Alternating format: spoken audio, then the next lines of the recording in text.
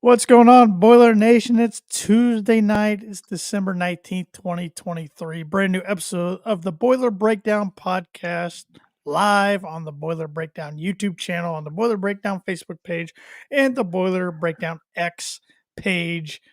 Give us a like, give us a follow, give us a subscribe, hit that notification bell, do all those good things if you haven't already, at Boiler Break Pod on all social media platforms. And if you're listening to this at a later time on your favorite podcast platform, give us a 5-star rating, nice review, and make sure you are subscribed.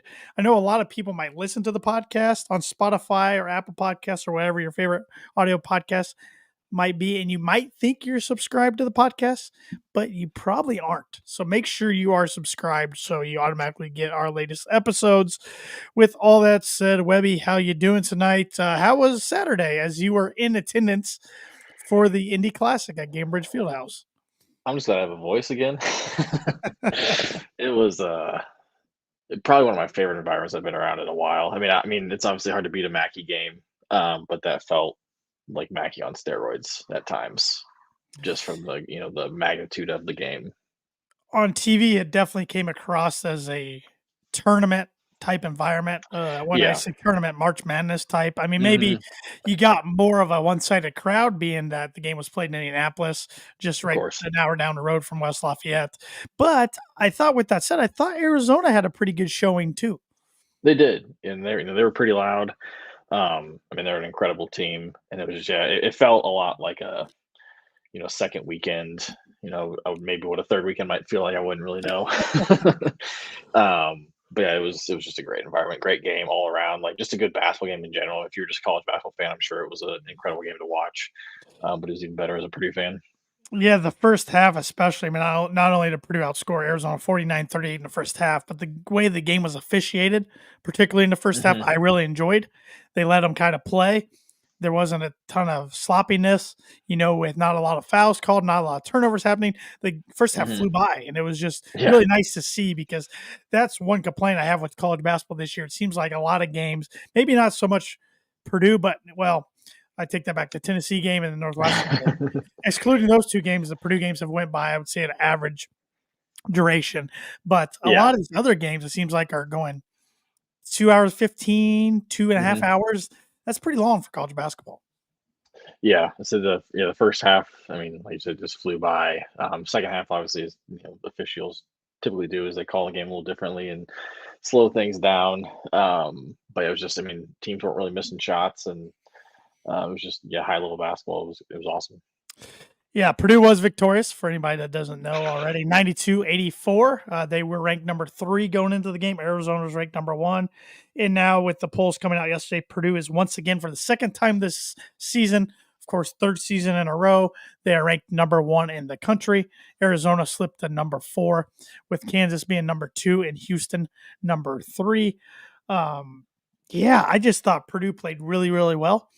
Even Hmm. when you knew Arizona was going to make a run, even when Purdue was up 15 at various points, Oh yeah. Arizona is too talented on the offensive side of the court, especially, to not make runs. Hmm. But Purdue just hung in there, even when things were getting a little tight. When Arizona tightened the game to 4 points, when they switched to a 2-3 zone defense, which was the first time they've played zone all year long. Hmm. Um, Purdue didn't. I mean, Purdue didn't flinch. I mean, yes, they had some turnovers. I don't know how many of those turnovers were really impacted from the Hmm. zone itself, rather than just some sloppy play. I mean, it's kind of a lazy headline to say, "Oh, that zone impacted Purdue." Well, Purdue still got 3 really good looks You got really from good Zach looks. Edey, and they just didn't make them. They were getting Right. some good threes, didn't make them, and then finally Lance Jones hit a big one, and then Arizona kind of got out of it and went back to man to man. Yeah, I thought that was. I thought the same thing. It's like, I knew they were going in the zone, but yeah, it never felt like it was just like, gosh, we're missing. Like, Zach was missing some bunnies and shots that he always makes. We were getting what we wanted. You were doing exactly what you're trying to do with the zone, which is find the open area. And it just was a little difficult. But I mean, say, yeah, well, as soon as like I said, as soon as we got it, it was like they just bailed on it, which it was a little interesting. But Yeah. Because it definitely, like, I think definitely at first it kind of disrupted us because like, oh, they probably didn't. I mean, they probably didn't see it on film because they haven't played it all year.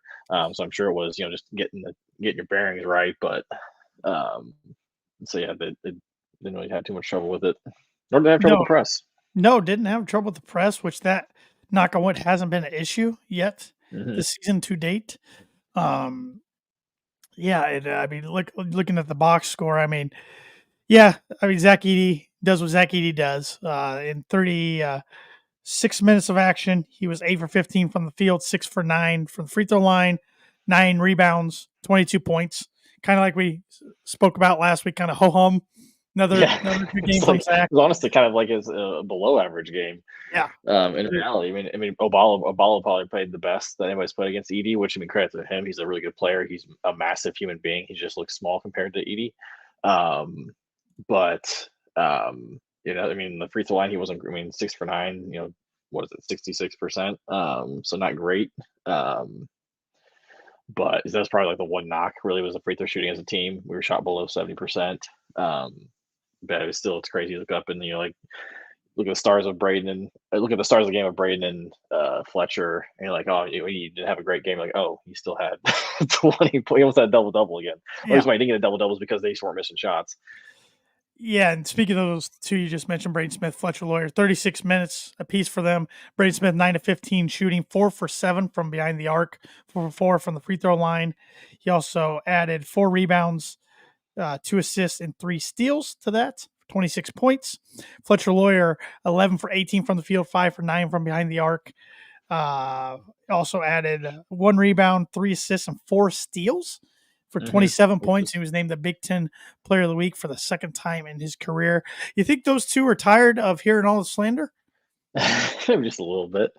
Um, I mean, yeah, you come into the game. I mean, what people before the game were saying. I mean, obviously, probably for some good reason.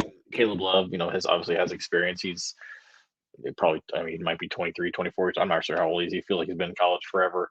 Um, and obviously, just Arizona's size and again the athleticism of Purdue guards, can they handle big athletic teams? Even though not like we haven't played Gonzaga, Tennessee, Marquette, Alabama. Alabama. Should we keep going?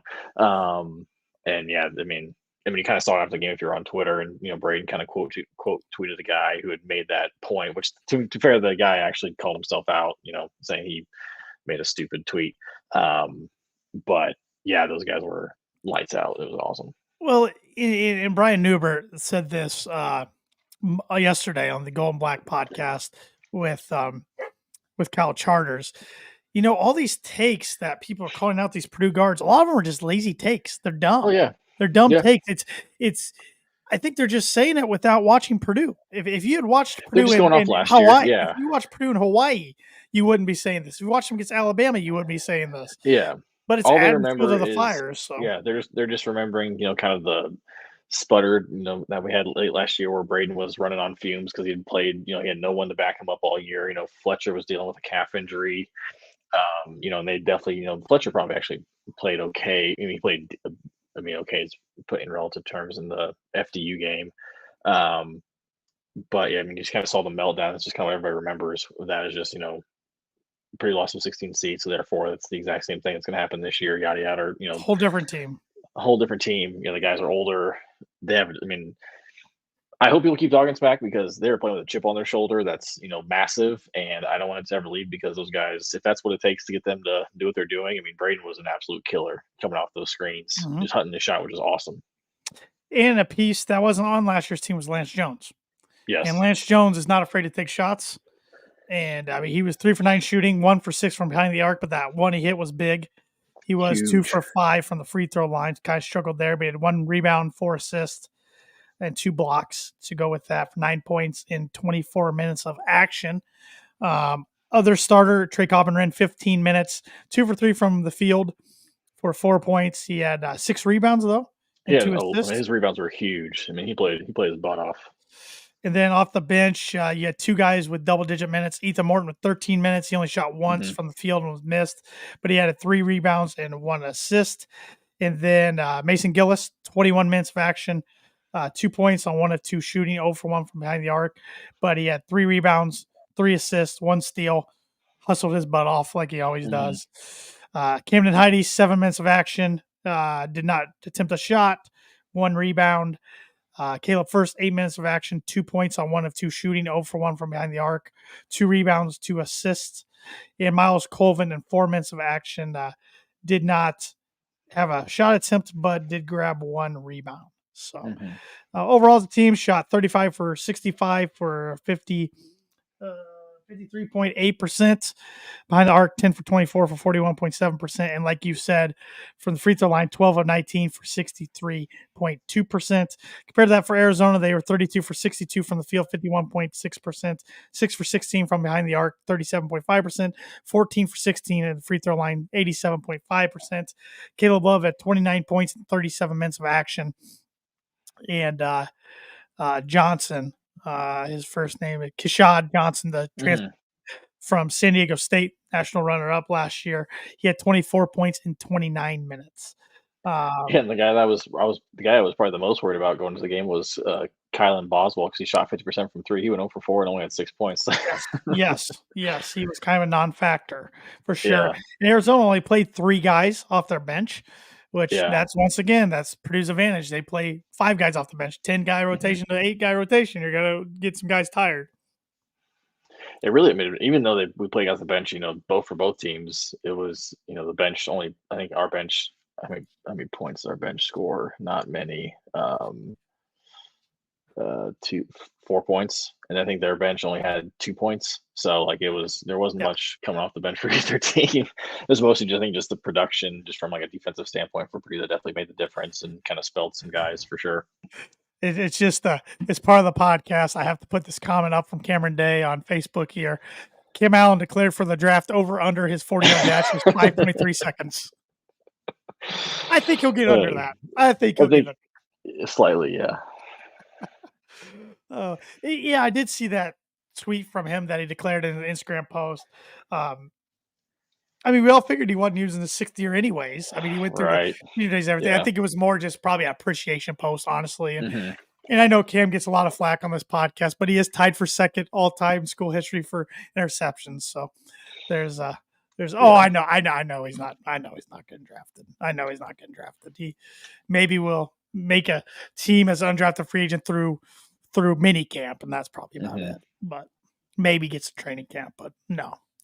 But never know. Crazier things have happened. But no, great win for Purdue on Saturday. First win over a number 1 ranked team since they beat Arizona and then Conseco Fieldhouse in the Wooden tradition in the year 2000. Only a 3rd time in program history they beat the number 1 team. So, it just felt good. I mean, it felt like all eyes of the sporting world were kind of on the state of Indiana Saturday with IU and Kansas playing, which Kansas escaped a poor showing with a 4-point win down in Bloomington. Then the big time varsity game happened in Indianapolis between the number 1 and number 3 ranked teams at the time. And then the Colts Steelers, which had big time playoff implications on night. So, yes. Cameron Day says both Purdue athletes right now at Purdue, both Shamrocks. Think about it. Yep. Braden and Thieneman, pride of Westfield. Keep them coming. We'll take them. Yeah. We'll take them. But good. Like I said, good win for Purdue.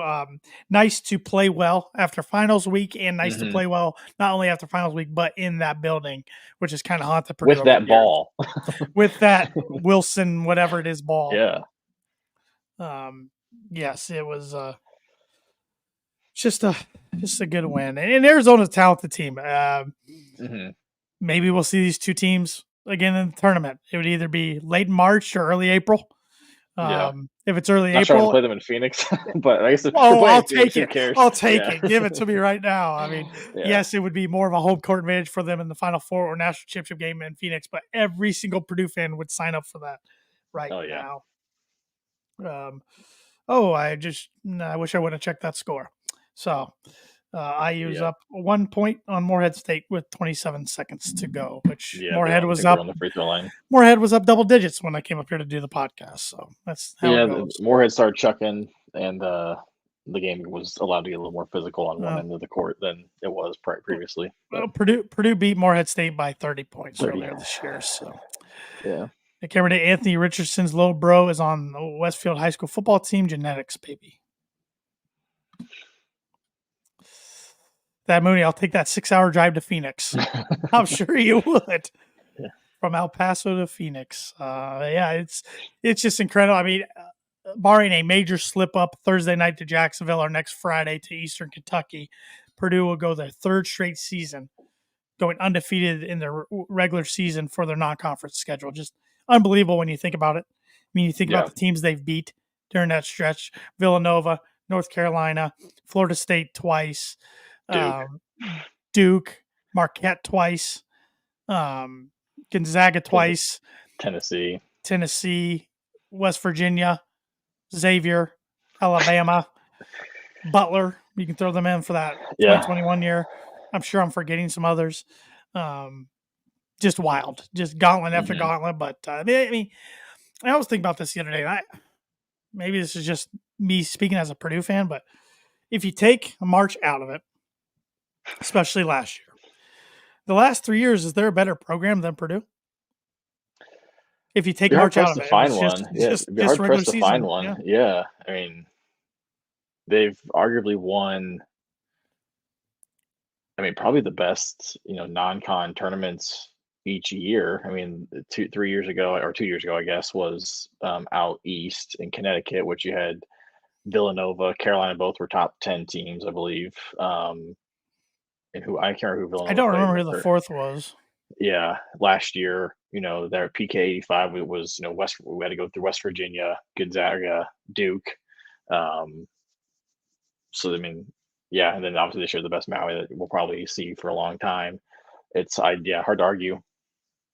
Yeah, better program last 3 years. I'm not, I thought for sure, I was trying to warn everybody that Purdue probably come out of it with 2 losses, maybe 3 losses, not to panic. They're making me eat crow, and I'm glad. I'm not putting anything out there for next year. I know next year we know playing in Vegas against Arizona. We have that San Diego tournament, which I think BYU, Notre Dame, and don't remember the fourth. Or is it just Notre Dame? Maybe I think it's just Notre Dame. Don't remember the fourth team.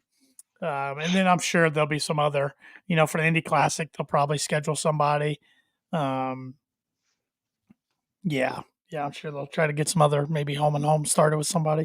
So, because there's no GAVA games, of course, no Big Ten ACC Challenge anymore. So that'll be interesting to see what they can get on the docket for next year. But do you know anything about Jacksonville coming up Thursday night? No, I know nothing. I know they beat UL Monroe the other night, but I don't know much about them either. I'm going to see if I can Google it. Their nickname's the Dolphins. I did know that. Cool nickname.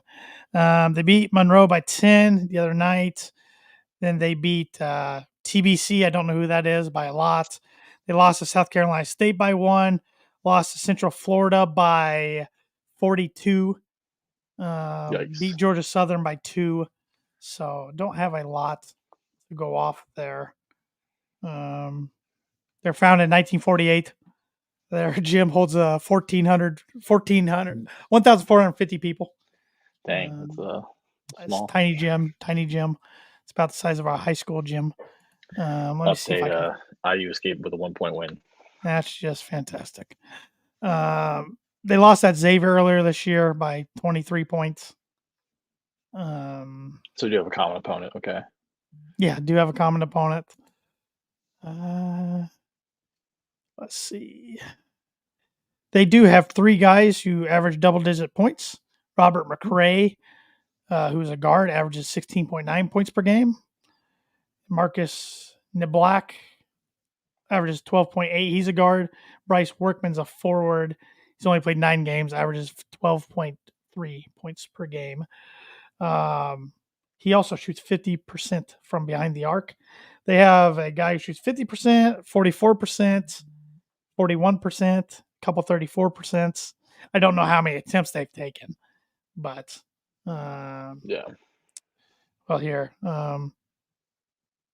they've got 3 guys who have taken over 53s. So how many?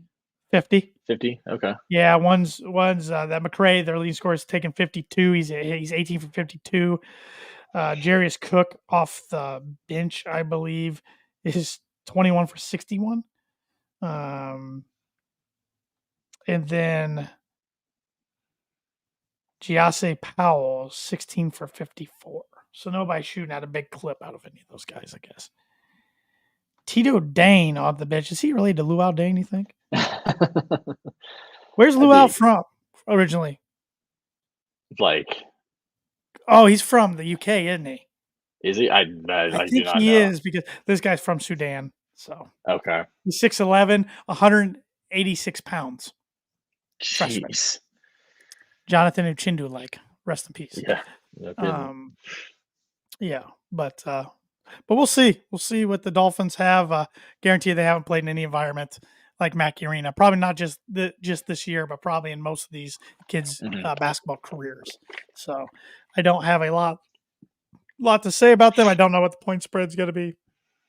You just really hope that, Purdue, coming off such a big win, that they are dialed in and kind of just, especially with, it's, winter break now, especially right before Christmas. Hopefully they're locked in and can take care of business. So that way they can go enjoy the holiday and get ready for Eastern Kentucky the following week. That's really all I'm really looking to see. Just, no one gets hurt, don't play with your food, just come out and kind of let it be over pretty early. It's really the thing we're really worried about. That's a good point you brought about the students. All college basketball right now, students are on break and will be for about the next month or so. So it'll be interesting. I mean, looking at Purdue's early Big Ten schedule, they go to Maryland, no students there, but they host Illinois, who's probably the number 2 team in the Big Ten, at least right now. No students. Then they go to Nebraska, who could arguably be the 3rd or 4th best Big Ten team right now. Yeah. But there shouldn't be students there either. So it doesn't mean the places aren't going to still sell out and be raucous, because the number 1 team in the country, or likely number 1 team in the country when they play those 2 teams, is coming into town. So, so Purdue should keep this number 1 ranking longer than they did last time. I hope, at least. So, but any other thoughts from Saturday's game? Since you were there in person, it was just so much fun. It was cool to be downtown Indy, which, I mean, Indy's already a great host city as it is. Seeing every restaurant, bar absolutely packed. I mean, my dad and I we tried to go to Brothers downtown because there was like a Purdue meetup going on down there. Walked in. I saw people walking. I was like, oh, that's a good sign. There's no line out the door at least. And then we walk in and it was shoulder to shoulder. Like we hadn't eaten yet, so we're like trying to find somewhere to eat. And we're like, God dang, we definitely not gonna be able to eat here. We tried. I know there was a walk-ons downtown Indy right next to Brothers. Did not know that. So we'll go there. We walked in. Still packed. Wasn't as packed. A smaller restaurant. And we asked the guy, like, hey, have you heard, like, how long? And one guy's like, oh, we're here in 2 hours. We're like, nope, not going here. So then we went across the street to a place called the Saint Shack, which is a really cool little small little bar. They like kind of Chicago style dogs and all that kind of stuff. We posted up there and caught the end of the game, and then walked over to Cambridge to watch the end of the Ball State Indiana State, which actually ended up being a pretty good game. Indiana State's a really good team. Ball State was hanging with them towards the end, and Indiana State kind of pulled it out towards the end. Shout out to Purdue fans. They showed up. It was loud. It was just an awesome environment. Saw some familiar faces, kind of just walking around, just like kind of Purdue media or Purdue celebrities, I guess. But it was cool to be in that place when it was full, because I've been to Pacer games, where it hasn't been full. I've been to Crossroads where it has been full. So the fact that it was, I had a seat next to me. I'm not sure how that one wasn't filled, but I didn't see many open seats. Purdue fans made themselves known. Yep, it was a loud environment on TV. I thought Peacock did a pretty good job. Robbie Hummel. I forget who called the game with him. Was it Benetti? No, it wasn't. It wasn't Benetti. I thought it was Benetti. It was not Benetti. I don't remember who it was, but they did a fine job. They did a good job. The best line of the day was when Braden Smith threw the between the legs pass that about made me lose like 2 minutes to go. 50 some seconds to go when we're up 7. Yeah. He threw it, but if they pick that off, make it a 5-point game, it's anybody's game. And Robbie's like, whoa, that takes some stones to make that pass. And it did. I was like, that's confidence right there. But no. It was just so fun just to see the guys playing with confidence. I mean, like Braden and Fletcher just, again, you can just tell they were just probably tired of hearing about it. And I think when Lance made he had an and one at the end, he was just going crazy. That was so cool. Just him having that confidence, going 0 for 5 from three, and then hitting that big shot at the end. It's like that's what we lacked so much last year, especially in the FU game where no one wanted to shoot. Like I feel like Lance is not gonna be not gonna shy away from a shot he doesn't like. So um, yeah, it was just you couldn't have asked for a better. I was so fired up afterwards, and like I said, I didn't have a voice for 2 days. Well, end of Saturday and all of Sunday, I was pretty hoarse, and then yesterday was a struggle. So I'm glad I got it back, so I could put in the work here. I'm surprised I didn't lose mine. My wife was out with my mother-in-law shopping the whole time, so I was Okay. home by myself, and so I could yell as loud as I wanted. Yeah. But mostly I was yelling out of celebration. So So yeah, that was the cool. Usually, like when you if you know me, I like to yell at people in stripes a lot. That was actually pretty good. I think I There's a yelled few once times. pretty bad There's a at couple times where them, it's but just like like it's like we were getting touchy calls on one end when they weren't calling them on the other end, or whether or not it was a good call or not, did not the fact that they just reversed a goaltend call like 5 minutes later or it whatever. was the correct call. It They was, even said on yes, TV the ball was coming off the rim, but still, yeah, yeah. yeah. Because all of a sudden, like, because we had no idea that was happening, and then all of a sudden, like, oh, by the way, like this call that was called earlier, it's because then all of a sudden it went from like a 7 point game to a 5 point game. We're like, hold on, like this just changed the dynamic of the whole game. Yeah, it was unfortunate that much time went off the clock before a timeout, and Yeah, then that's when they could review it, and then it just hmm sucked at the time because Arizona was making their run, and it, like, chipped right yeah, in that run. I'm just like, "Oh, great." Because in the yeah, back of my mind, I'm like, "Oh, that's gonna cost us a game. We're gonna lose by 1 or right, 2 points, and that's gonna be just another chapter in infamous history of Purdue sports." right. Well, good thing we didn't have to worry about that, so but very fun game. I mean, this Purdue team, line them up, they knock them down, as long as it's not in Evanston. So, which Yeah, they somehow then turn around after they're ranked and lose to Chicago State from like 12 people. Um, that's college basketball for you, though. It's college yep. basketball for you. Any other basketball thoughts before we switch gears for a little bit? No, so it was a great weekend of college basketball. You had obviously the Kansas Indiana game start things off. You had the Purdue Arizona game. You had the CBS Classic. You had Ohio State beat UCLA, Mm-hmm. and then Kentucky beat North Carolina. So Mm-hmm. it was a really good day of basketball all around. And then obviously these next 2 weeks are a little slow as with You the also winter break, had but Sparty smacking Baylor smack around, which Baylor, yeah, I wasn't surprised they beat Baylor. I just had a hunch they might upset them, but the way they did it, didn't see that coming. Didn't see it being 45-15 a half. right, yeah. But we're I don't know if I still haven't. I still don't because some people are like, oh, the Big Ten had a great day on Saturday. Aside from with those, like we went like 9-2 or something like that. I don't even know.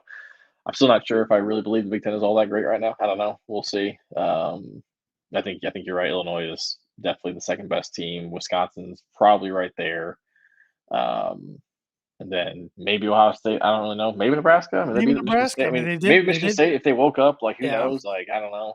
Don't know about Um, Michigan with Howard back. yeah. I don't know. Um, I don't know. It's it's hard to it's a lot of tell. question marks. Yeah, Yeah. yeah. A lot of people are calling the Big Ten the Little Ten. I've heard that on a couple different college basketball podcasts. But I'm like, come on now. I still think though. I don't know. I know a lot of people like 4 or 5 teams. I still don't know if they get that few teams in.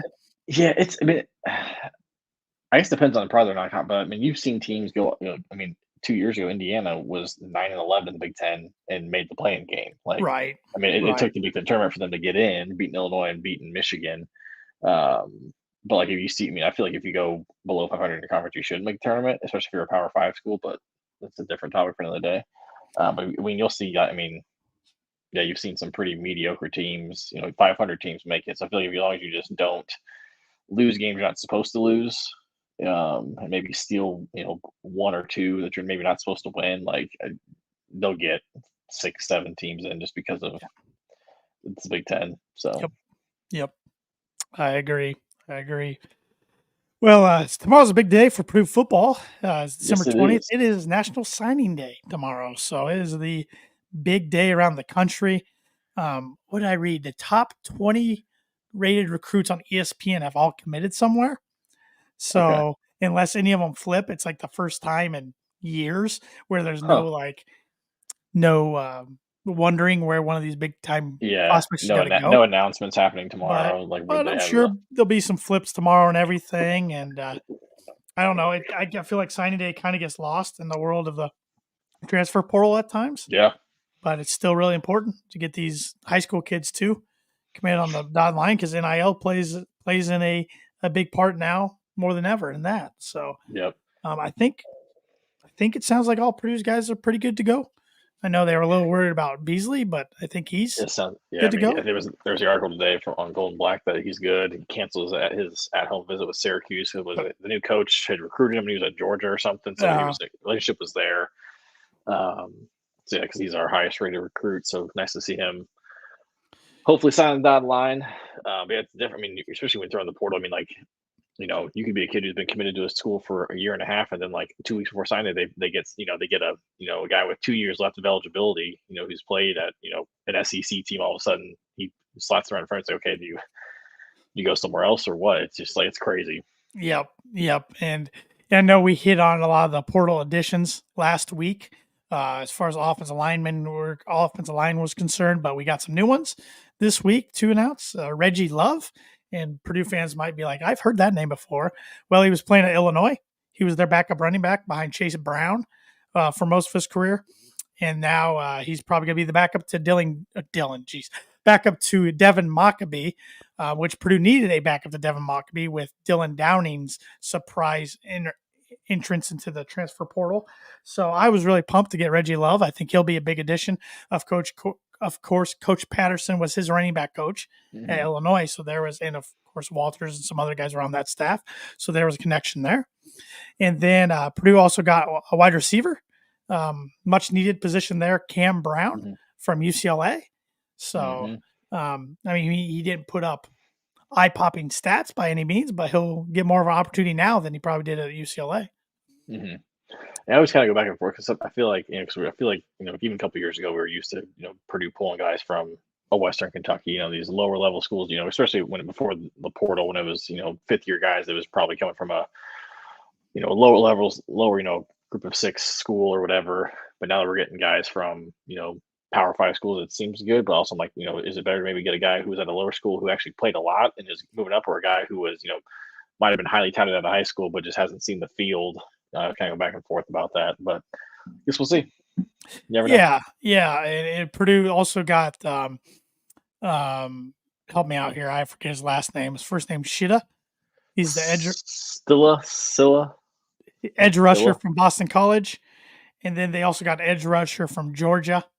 Which is pretty cool. I'll say that. Yeah. What was his name? I'm trying to do this off the top of my head without having it in front of me. His name's escaping me, but he's an edge rusher from Georgia, and Purdue's also in on a corner from Georgia. It sounds like that's down to Purdue and Pittsburgh. A corner that was ranked. He's a 5-star coming out of high school 2 years ago. He was ranked number 19th in the country. He's ranked as one of the top players in the portal and one of the top corners in the portal. So, a couple years eligibility left, and Ryan Walters has a good track record of producing defensive backs into the pros. So yeah, the fact he's a cornerback, I like our chances. Just with I mean, even just from the guys that we had this last year, they played well, especially down the stretch. And obviously Walter's track record with putting guys in pretty good spots. Right. So, and then we also found out where some of the ex-Purdue guys are headed. Sindors to Vanderbilt. I saw one of our backup linemen to Mississippi State.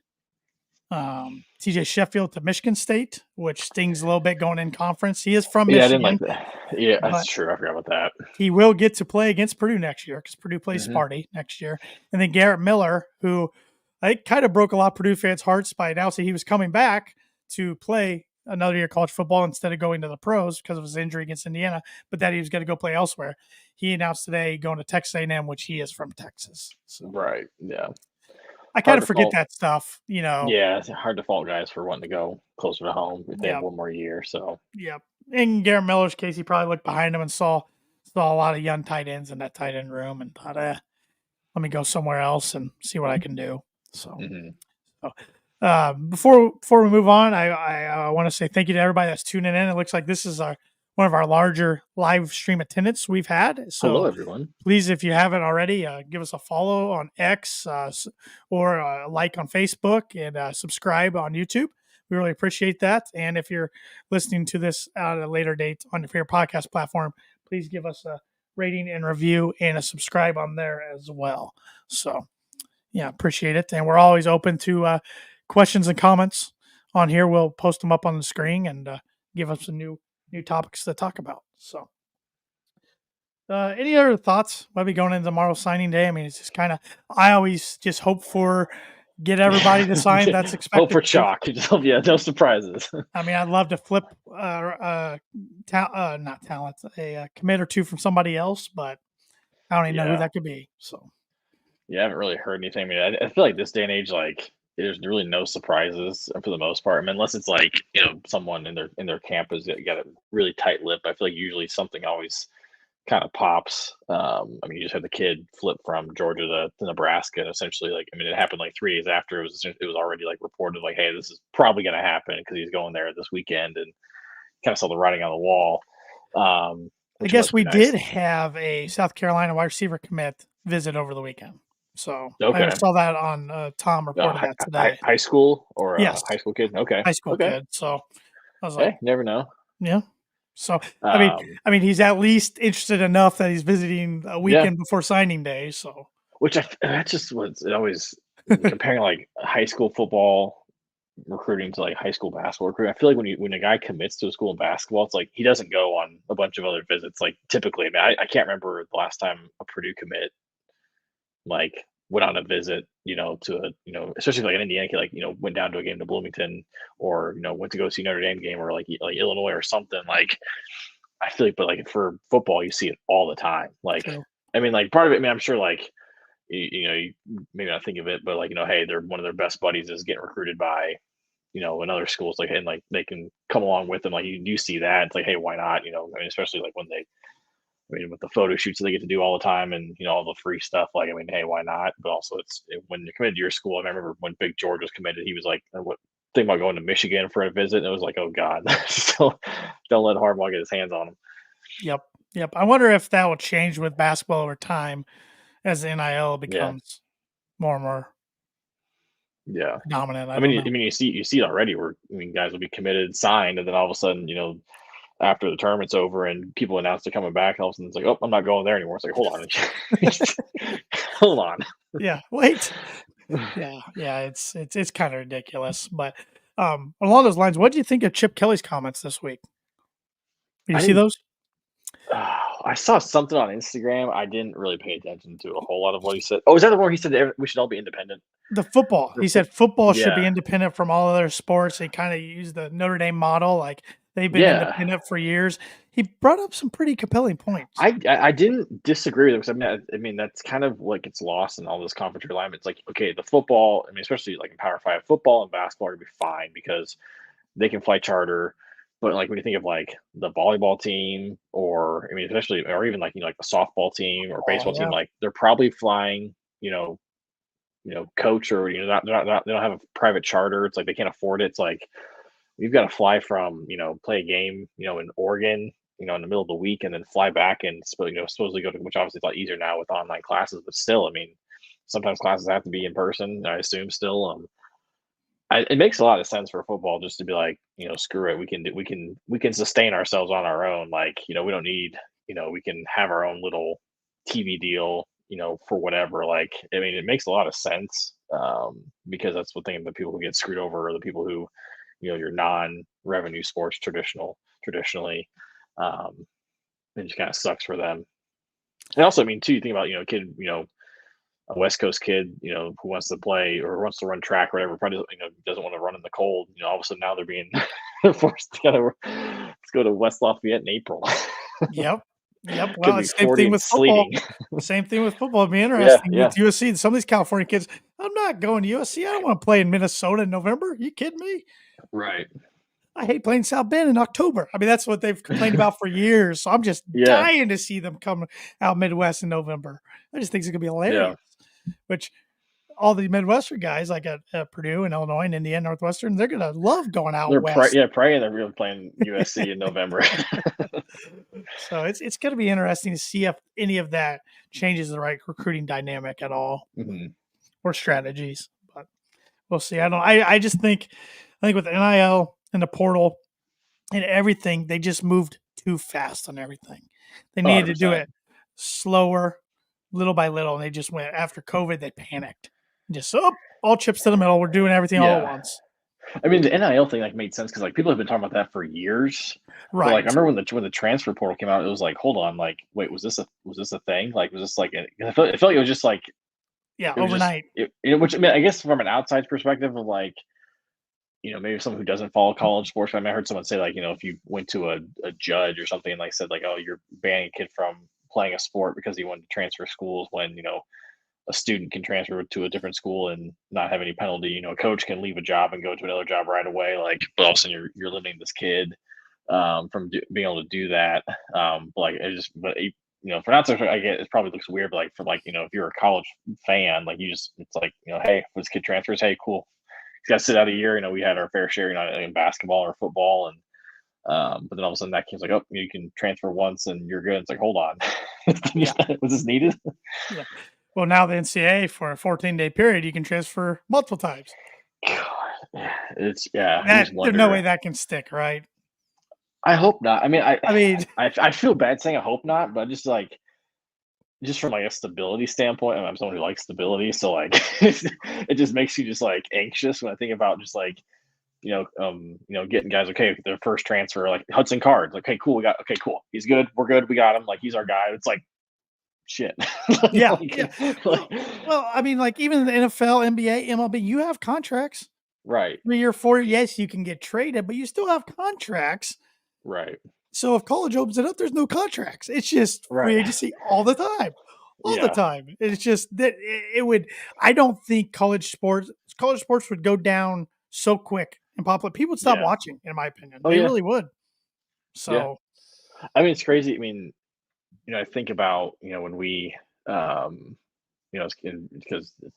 hopefully this next summer it'll be a reality again. But getting like NCAA football game, sitting down and knowing the players, we input the players' names and all that into the and we customize the players and put all the actual players' names in there and spend a whole night doing it for Purdue and Big Ten teams and Notre Dame and all that and like so finally we got smart and could download it. yeah, yeah. And then like being able to go to a game or even like just like going to the season opener and be like I know I can name every starter Yep, on this yep. defense, and then like now it's just like I can't do that. Yeah. like, and it's like I'm not gonna take the time.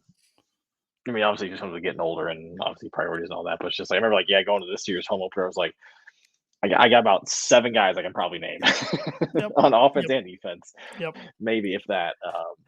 And it's gonna get worse and worse. I feel like. Well, it's gonna be so and I'm anxious for it. I know you are too, because we like to play video games still, even though we're in our 30s, which there's nothing wrong with Yeah, that. nothing wrong at all. But with NCAA football coming back after a decade next summer with NIL and everything, it's gonna be fascinating Now to that I see can't. I hope that's actual a names and thing. stuff. Yeah, yeah. It's gonna be fascinating, and I wonder who's gonna be on the cover. Um, I don't know. Hmm. Maybe Jaden Daniels, since he just won As the I say, Heisman, the and he Heisman. Yeah, declared probably. for the draft. I don't know, but they could go like Caleb Williams or Bo Nix or Michael Yeah, it's Penix. true. I don't know. So, or they could go some legend that they felt bad for years ago for putting them on the cover and never getting a payday for. So, Yeah, or just like a huge collage of everybody that's ever been on the yeah. cover. Reggie Bush with his Heisman Trophy. Reggie Bush was on the cover, so Yeah, actually, I that have a good was picture with the Heisman that he doesn't have anymore. yeah. And they need to get that back to him. That's ridiculous. But yeah, it's gonna be interesting. It's we talk about this. I feel like too much on this podcast, but I feel like it's just always changing and always a relevant topic to talk about. So Yeah, I mean, I guess I'm just thankful that basketball, knock on wood, hasn't really run into that a ton. I feel like the guys who have transferred out, outside of maybe, I mean, I feel like outside of Harms and No Gel, like all the guys who transferred, it was like okay, you're like, I mean, Newman last year, it was kind of like okay, he probably just needs a fresh start. Like he got his degree, you know, had his struggles, could just never figure it out. It's probably best for him to move on, probably mutual decision. But It'll we haven't happen seen eventually. it. It'll Will, happen eventually. I unfortunately, mean, yeah, but just unfortunately, hopefully not soon. So yeah. I mean, But yeah, it's just been thankful that I mean we had what 2 years ago we took no transfers. mhm. Um, for Ivy and Edie's sophomore year. Last year took one. This year took one. Whereas Yeah, some I think schools have that's gonna taken try to be 4 the or 5. strategy. Yeah, Yeah. Yeah, we've been lucky. Whereas I mean, obviously football, much bigger roster and all that yeah, kind of stuff. But yeah. I just feel bad when I see Purdue's player name puts in the transfer portal. I'm like, who's that? Oh, I know. There was one today that I saw on Twitter, and I saw because Nick Scorton commented like, "Go do your Yeah, thing." I'm like, yeah.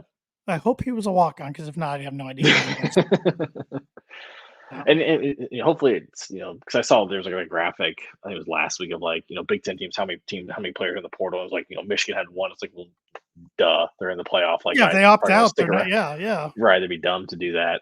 But hopefully with Walters, if we have a good year next year, hopefully we see some more stability. And yeah. we're obviously always going to see transfers. But hopefully not get into the high, mid to high 20s. Hopefully we're Right. saying in the kind of maybe the teens.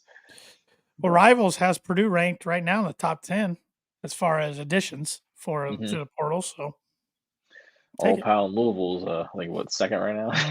Well, when I saw them, they were seventh. They were right above Purdue. Oh, okay. Um, but maybe they've moved up since. Yeah, They did get a big time guy from I think Alabama, yeah, wide receiver. So yeah. yeah, my old buddy Dion's number one. Imagine that. Oh, yeah, that's right. Maybe they'll go 5-7 next year. Print those shirts. Yeah, but time will tell. Time will tell. But But we want to thank our sponsors, like always. And one of those sponsors is Mad Mushroom. Mad Mushroom's been serving Boilermakers since 1993. They're located in the heart of West Lafayette, and they're known as the home of the original cheese stick. Whenever myself, Webby, or Andrew visit, we like to sit down and have ice cold beer by trying out their latest pizza of the month, which their pizza for the month of December is Josh's Big Cheesy Chicken Enchilada. It's red enchilada sauce topped with grilled chicken, mozzarella, and cheddar cheeses, and finished with a white queso drizzle and freshly chopped cilantro, starting at the price of $14. So next time you're in town, stop in and tell them the Boiler Breakdown sent you for $5 off any order over $20. And good news for all of you people who like to order your food online. I like to do that myself time to time. You can use the coupon code BREAK5, BREAK, all caps 5, to claim your discount code online at madmushroom.com. That's Mad Mushroom. Feed your head. And if you're looking for a last minute gift or a stocking stuffer, a Mad Mushroom gift card would be the perfect gift for the foodie in your family because they got more than just pizza. They got pizza, they got cheese sticks, they got wings, they got grinders, they got it all. I will It's say Mad I Mushroom. Go was check them out. when my dad and I were walking around downtown and on Saturday and couldn't find. I was like, I really wish there was some Mad Mushroom right here that I could get some cheese sticks for this game because it sounded so good. Always Um, sound good. I could go for some right now, some nacho yeah. cheese. Mm, mm. Another sponsor of this podcast, also a great place to get a last minute Christmas gift or stocking stuffer, and that is the shop. Absolutely.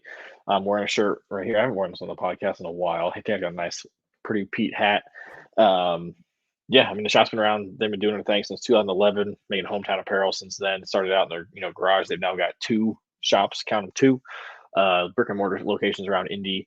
Obviously they have their online store. You can get anything from t-shirts, hoodies, hats, drinkware, stickers, you name it. Of all Indiana colleges, Indiana um, or not. I was gonna say wow, I'm drawing a blank. Pop culture references. That's what I'm trying to say. There you go. And you need if you, it's probably a little late to get it for Christmas, which is obviously they got a lot of orders going in there. But if you do order online, a late Christmas gift, you can go to the shopindy.com, use promo code breakdown for 25% off, or you can go to their 2 locations if you're around the Indianapolis area before Christmas. You got one in Broad Ripple and one in Carmel. Stop in. They just said if you watched us last week, we kind of showed their new Gene Katie collection that they released. I still gotta go get me one. Um, but yeah, I mean they're great, incredible shirts, fit really well. I should wear my hoodie tonight, but I wanted to show off the shirt that I haven't worn in a while. But yeah, appreciate the shop coming on for another year. Yes, absolutely. And those Gene Katie shirts are awesome. I might have a few shop items on my Christmas list, so we'll see if Santa brings me some of them this year. So, one more time, appreciate everybody tuning in tonight. If you haven't already, give us a like, subscribe, or follow on our Facebook, X/Twitter, or YouTube channels. Please do that. We really appreciate that. That helps us out a lot. And if you haven't already, give us a rating and review on your favorite audio podcast platform, and make sure you're subscribed on there as well, whether it's Apple Podcasts, Spotify, Google Podcasts, anywhere. Make sure you're subscribed. Sometimes you think you are to your favorite podcast, but you actually haven't hit that button. I'm at fault of that all the time. So that's really important nowadays with all more and more podcasts popping up. You want to make sure you get up there in the algorithm. That's what we're trying to do. So really appreciate the Purdue support. podcast too. Yes. When we started this thing, it was, I mean, really there were two probably, and then we started in 2018 technically. I guess it was kind of a branch off your other podcast, and officially we were Boiler Breakdown in 2019. Right. But now there's it's quite a few. It's quite a few. It's awesome. Quite a few. Great work. No, the more the merrier. We're not hostile over here at all. So everybody's got their little different style to it. So everybody's, so check them all out if you haven't already. But please, give us a like, subscribe, follow, all those good things. We really appreciate it. It doesn't go unnoticed. And everybody have a Merry Christmas. If you celebrate Christmas, have a Merry Christmas and happy holidays with your family. Hope everybody gets plenty of Purdue swag so you can show them off. Send us pictures. Yeah, tag us on Twitter. Let's see what you got. Yep, we will do the same. Hopefully, we'll have some new Purdue garb to rock when we do the podcast next week after the Boilers. Hopefully, take care of business against the Jacksonville Dolphins. So, let's boiler up, hammer down, and beat those Fins. Boiler up.